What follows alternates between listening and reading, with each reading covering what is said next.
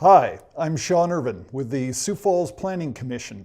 I'm the current chairman, and today you're going to be watching the planning preview for March 4th for our agenda. Here with me, I have Jason Bieber with Planning and Building Services. Thanks for having Jason, me. how you doing? Good. Good to hear it. We do this show, don't we, because we're trying to educate the public, let them know what's coming up, let them know a little bit about what they may be seeing happening in their area, if they've seen one of our signs out there, right? Correct. And then we're also looking for people that want to come to the meeting and ask questions or find out a little bit more. They're also welcome to call you if they have any questions on one of those signs too, right? Yeah, absolutely. I think this is a great way. It's a good start to educate some people on some of the things that are going on in their neighborhood. But as you just said, it's just a start. So if they have other questions, please contact us. We do send out letters too with all of our contact information, email and phone numbers. So we'd love to hear from you before the Planning Commission meeting to hopefully give you any more information or just to alleviate some of the concerns or relay some of the positive things to the applicants. So. You bet. And we love to have citizens come to the meeting, ask questions, give their thoughts. That we call that testimony, but it's we take it very seriously because it is great input for us to make excellent decisions. Yep, absolutely. Yep. Well, it looks like the first thing on our agenda coming up, again, this is for the March 4th, is rezoning from O office and RS single family to the RT1 single family residential at 700 South Sneeve. I'm guessing that's the old Boys and Girls Club, right? That used to be the school before that. Yep, correct. Yep, it's that old Boys and Girls Club. They've moved out, and it's really a great site now to kind of do a partnership with the city and then also Southeast Council of Governments.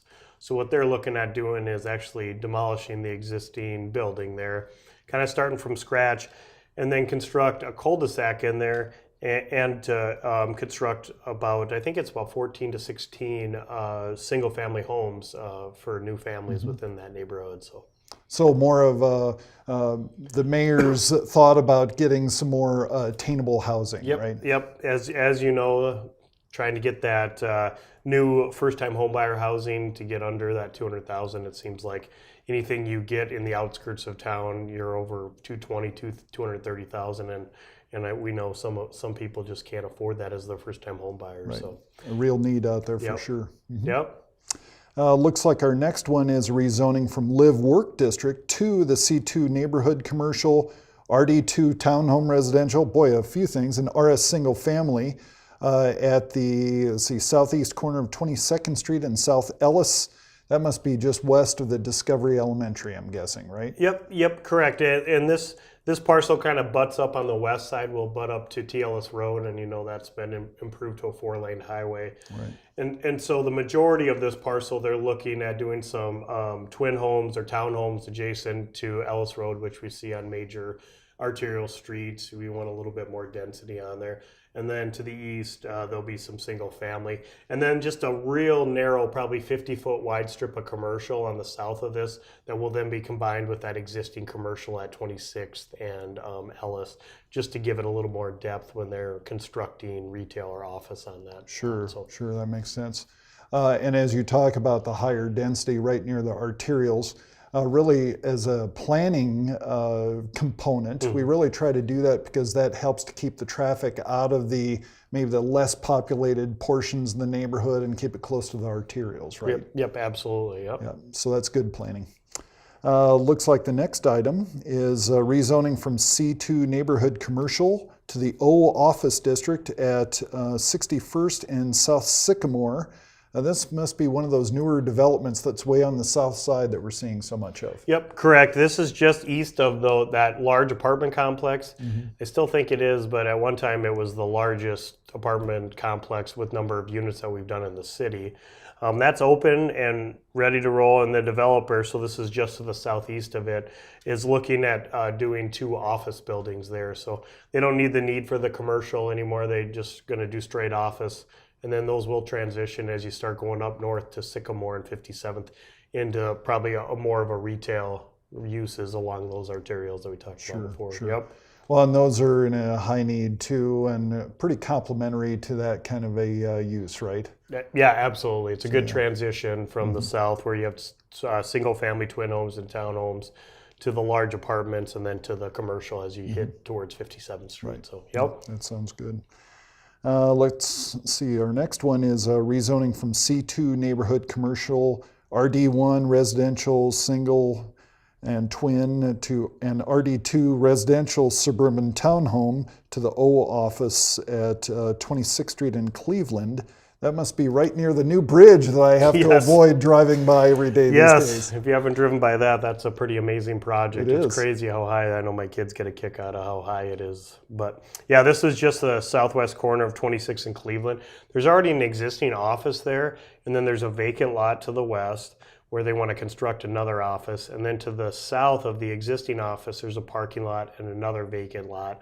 So it's really all a kind of an office complex where they want to use some parking from each of them, and kind of use some joint parking for the new office that's going to be built with the existing stuff. So we felt, and the applicant felt, why not get it zoned all office instead of kind of a hodgepodge of different uses along there. So Right, and there's a lot of very similar type of zoning in that region of the town too. As you go over there, there's lots of office, especially on the south side of 26th Street, and then some retail more on the north side. Sure. Okay, that makes a lot of sense. Looks like our next one is rezoning from C4 commercial townhome office to RS single family with some townhomes and office, and a CN conservation district at Arrowhead Parkway and 6 Mile Road. I'll bet that's right near Willow Run that we've been seeing a number of things happen. So this is kind of the property east of the horse farm all the way over to 6 Mile. I don't know if a lot of people know, but it was the old Parapasu land where they were going to do a huge commercial lifestyle development. Obviously that didn't come to fruition, and this has been vacant for a long time. Well, a new developer has purchased it all and is going to really do some commercial. I mean, that whole thing was commercial, which is a little too many acres. Some office, but really do more townhomes, twin homes, and then single family as you get north of the drainage area there, and then possibly a bike trail in that drainage area. So it'll kind of fill in that huge gap as you're going east of Veterans Parkway over to 6 Mile, where you see this huge open field on the north side. It'll kind of all get filled in. So. Oh wow. Yep. That should be exciting. Let's see, our next one is RD1 residential single and twin to RD2 townhome at 2601 South Norton Avenue, and this one has to be over by Augustana, I'm guessing. Yep. They're looking at just constructing a 3-unit kind of townhome on a lot there. So, with all the parking and something new. And, as you get close to the college campuses, they're always looking for college housing on that area. So, something that'll be kind of nice to be able to get, Sounds like that'll fit pretty nicely into that neighborhood, too. Yep, I think it'll be a good use. Which is always something to look at. Yep. Absolutely.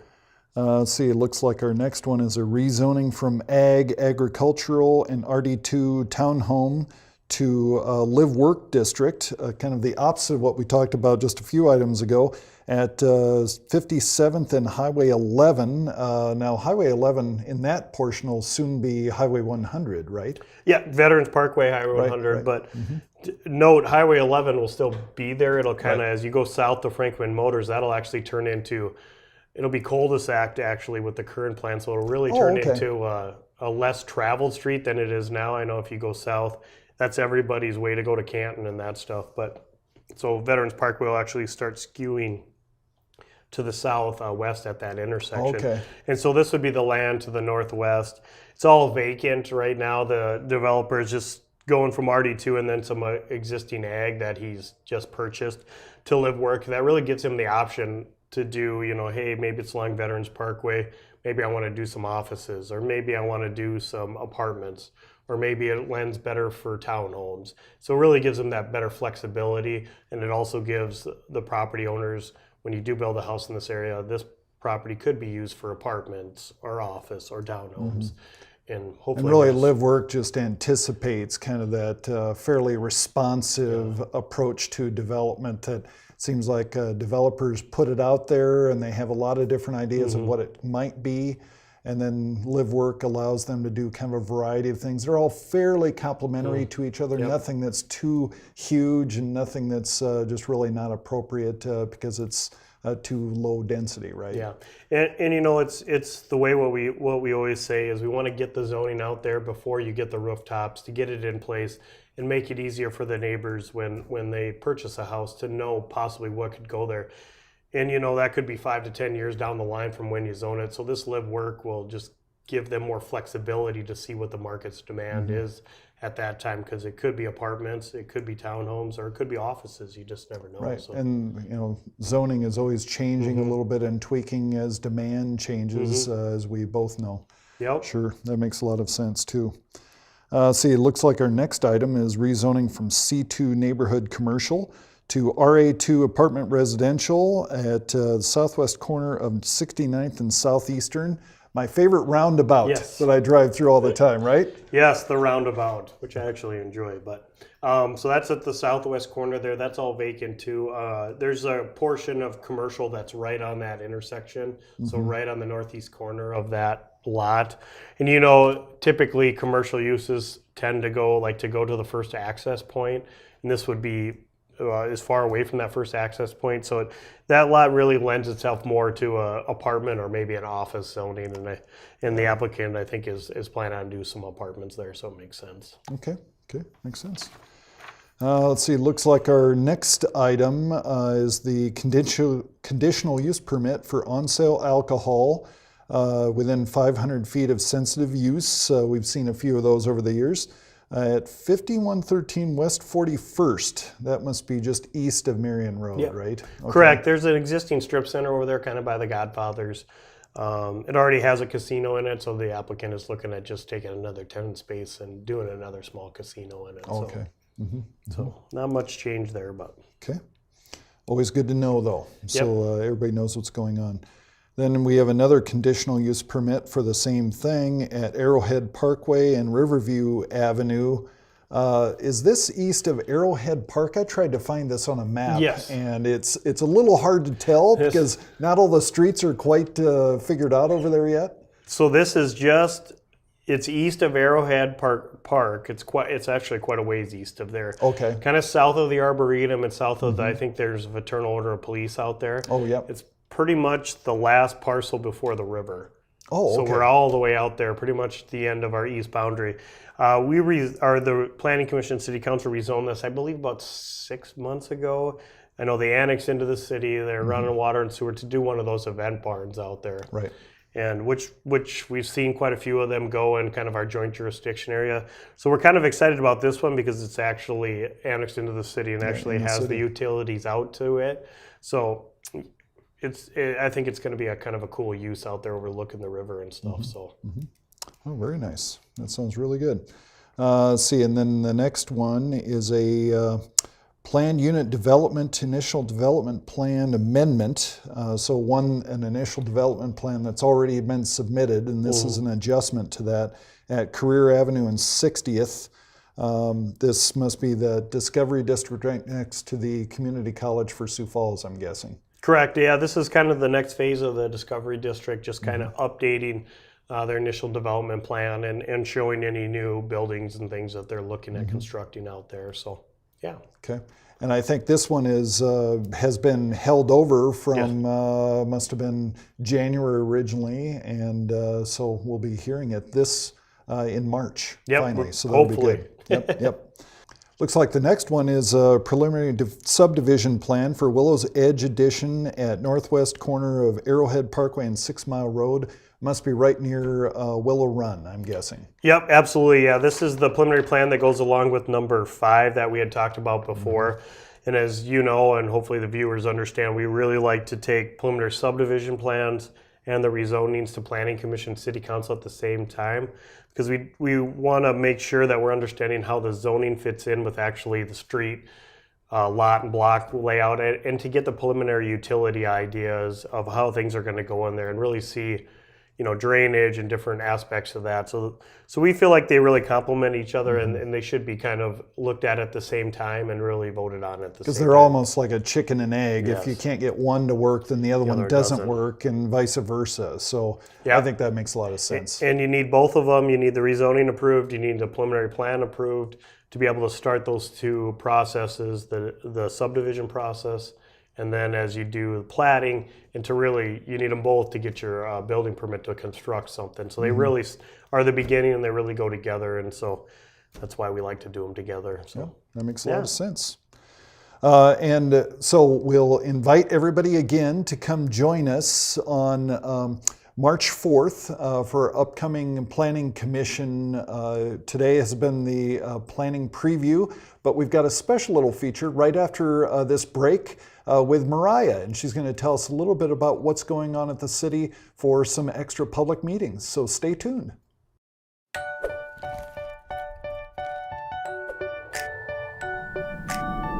Don't be slippin'. Not your grade in high school geometry slippin'. More like icy road slippin'. We know winter weather can make driving conditions tough. That's why it's always important to be prepared. Keep an emergency kit in your vehicle. Check road reports for closings or hazardous conditions. Don't crowd the plow. And be aware of your surroundings in case of a breakdown, because you never know what's out there. Take this winter by the wheel. Stay safe, stay warm, and stay on the road. Minnehaha County Highway Department, celebrating 100 years of happy highways.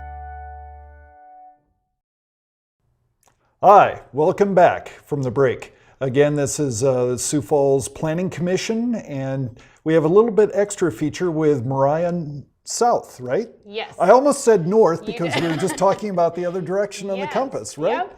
Yeah, and now there's a new feature of a new meeting for Planning Development Services. You want to tell us a little bit about that? Sure. So every month on the first Tuesday of the month from 8:30 to 10 a.m., we're opening our office for more of like an open house style meeting where you can come and go as you need to. We're hoping that the contractors and design professionals in the community will utilize this to come in and ask questions about upcoming projects they might have, maybe some projects that they already have permits for, that they might have some installation questions on. So it's really just a better way for us to be accessible to them.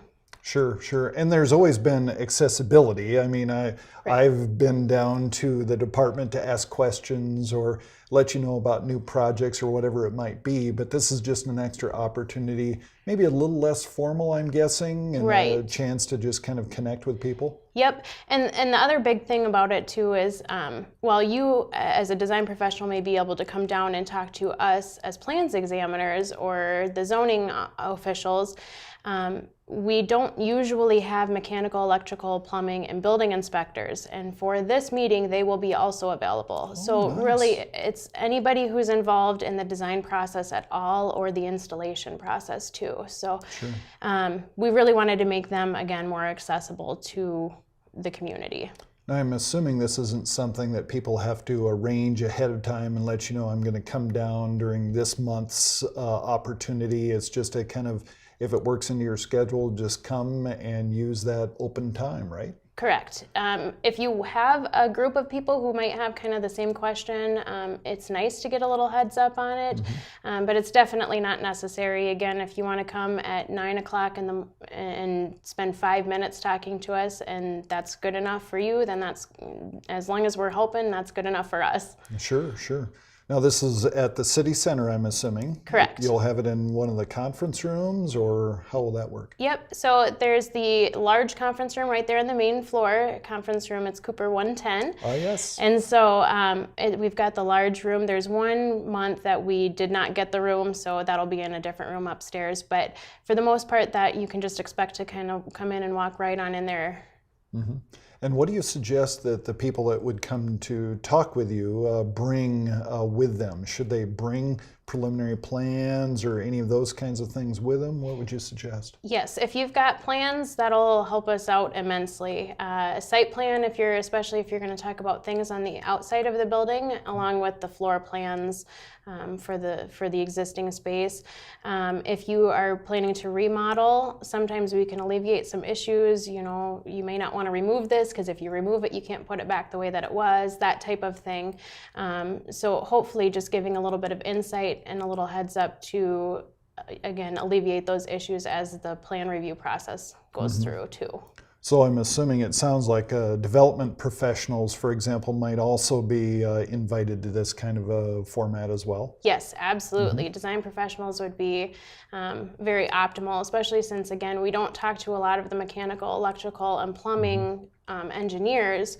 And so if we can kind of get some of those guys in along with your architects just to make sure everybody's in the same room and on the same page.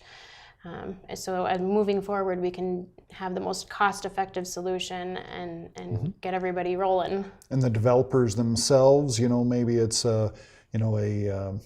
well, there's any number of developers in town that just want to talk to you about a upcoming project and they don't have their architect in tow. That would be workable as well, I assume? Yep. So we're in the same building as engineering, so we can grab someone from engineering and have them come down and talk. Okay. Planning will be available, as well as zoning too. So really it's a kind of intended to be a one-stop shop for questions.